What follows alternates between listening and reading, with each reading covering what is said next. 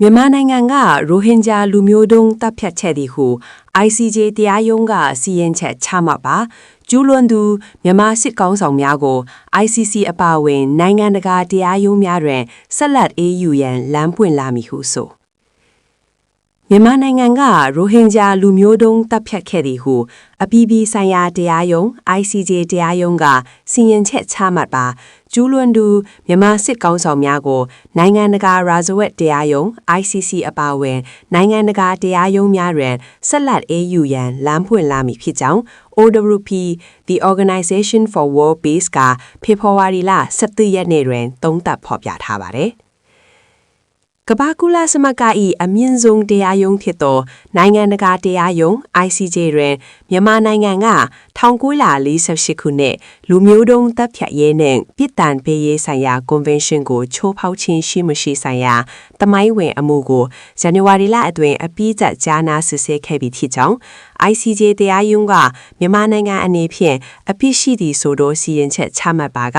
ရိုဟင်ဂျာလူမျိုးတုံးတပ်ဖြတ်မှုကိုကျူးလွန်သူတဦးချင်းစီကိုအေးယူရန်ကြိုးပမ်းနေသည့်နိုင်ငံတကာရာဇဝတ်တရားရုံး ICC အတွက်တာမကကမ္ဘာတဝန်းတရားရုံးများအတွက်ပါခိုင်မာသောဥပဒေကြောင်းအရာအခြေခံ legal base ကိုဖြစ်လာစေမည်ဖြစ်ကြောင်းသုံးသပ်ဖော်ပြထားပါတယ်ဂမ်ဘီယာနိုင်ငံကမြန်မာနိုင်ငံကို1900ခုနှစ်တွင်ရိုဟင်ဂျာလူမျိုးတုံးတပ်ဖြတ်မှုဖြင့်တရားစွဲဆိုခဲ့ခြင်းဖြစ်ပြီး1980ခုနှစ်အတွင်းမြန်မာစစ်တပ်၏နယ်မြေရှင်းလင်းရေးစစ်ဆင်ရေးများကြောင့်ရိုဟင်ဂျာအနည်းဆုံး85,000ကျော်နေရက်ဆွန့်ခွာခဲ့ရသည့်အခြေအနေများကိုအခြေခံ၍တရားစွဲဆိုမှုစတင်ထားခြင်းဖြစ်ပါသည်လက်ရှိတွင်ဘင်္ဂလားဒေ့ရှ်နိုင်ငံကောက်ပဇာစခန်း၌ရိုဟင်ဂျာဒုက္ခသည်တတမ2000နီးပါး3,200နီးပါးခိုလုံနေရပြီးတကောင်းတို့အနက်90ရာခိုင်နှုန်း6,000ခန့်ကကလေးသူများဖြစ်ကြပါသည်ICJ တရားရုံးကတွင်အဖြစ်ရှိကြောင်းစီရင်ချက်ချမှတ်ခြင်းသည်မြန်မာစစ်တပ်အရာရှိများကိုတိုက်ရိုက်ဖမ်းဆီးနိုင်သည့်အာဏာစက်မရှိတော့လဲကျူးလွန်သောတဦးချင်းစီ၏တာဝန်ခံမှု individual accountability ကိုဖော်ဆောင်နိုင်မည်ဖြစ်ကြောင်းအဖြစ်ရှိကြောင်းစီရင်ချက်ထပ်ပေါ်လာခြင်းသည် ICC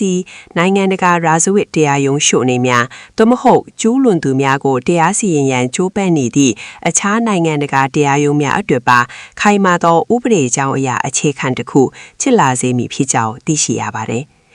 အခြားတစ်ဖက်တွင်လည်းတန်တမာရေးနှင့်စီးပွားရေးဖျားအနေဖြင့်မြန်မာနိုင်ငံအားလူမျိုးတုံးတပ်ဖြတ်သည့်နိုင်ငံ genocidal state အဖြစ်တရားဝင်တစိတ်ကပ်လိုက်ခြင်းဖြင့်နိုင်ငံတကာအစိုးရများအနေဖြင့်စီးပွားရေးပိတ်ဆို့မှုများတိုးမြင့်ရန်ရင်းနှီးမြှုပ်ထွေမှုများရပ်ဆိုင်းရန်တန်တမာရေးအရာအထီးကျန်အောင်လှုံ့ဆော်ရန်ဥပဒေကြောင်းအရာခိုင်မာသောအကြောင်းပြများရရှိသွားမည်ဖြစ်ကြောင်းသိရှိရပါသည်။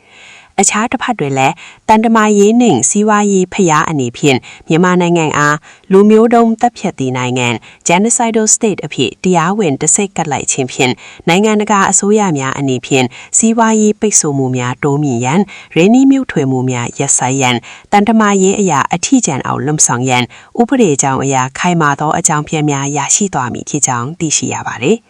အခြားတစ်ဖက်တွင်လည်းတန်တမာရေးနှင့်စီးပွားရေးဖျားအနေဖြင့်မြန်မာနိုင်ငံအားလူမျိုးတုံးတပ်ဖြတ်သည့်နိုင်ငံ genocidal state အဖြစ်တရားဝင်တစိတ်ကပ်လိုက်ခြင်းဖြင့်နိုင်ငံတကာအစိုးရများအနေဖြင့်စီးပွားရေးပိတ်ဆို့မှုများတိုးမြင့်ရန်ရင်းနှီးမြှုပ်ထွေမှုများရပ်ဆိုင်းရန်တန်တမာရေးအရာအထီးကျန်အောင်လှုံ့ဆော်ရန်ဥပဒေကြောင်းအရာခိုင်မာသောအကြောင်းပြများရရှိသွားမည်ဖြစ်ကြောင်းသိရှိရပါသည်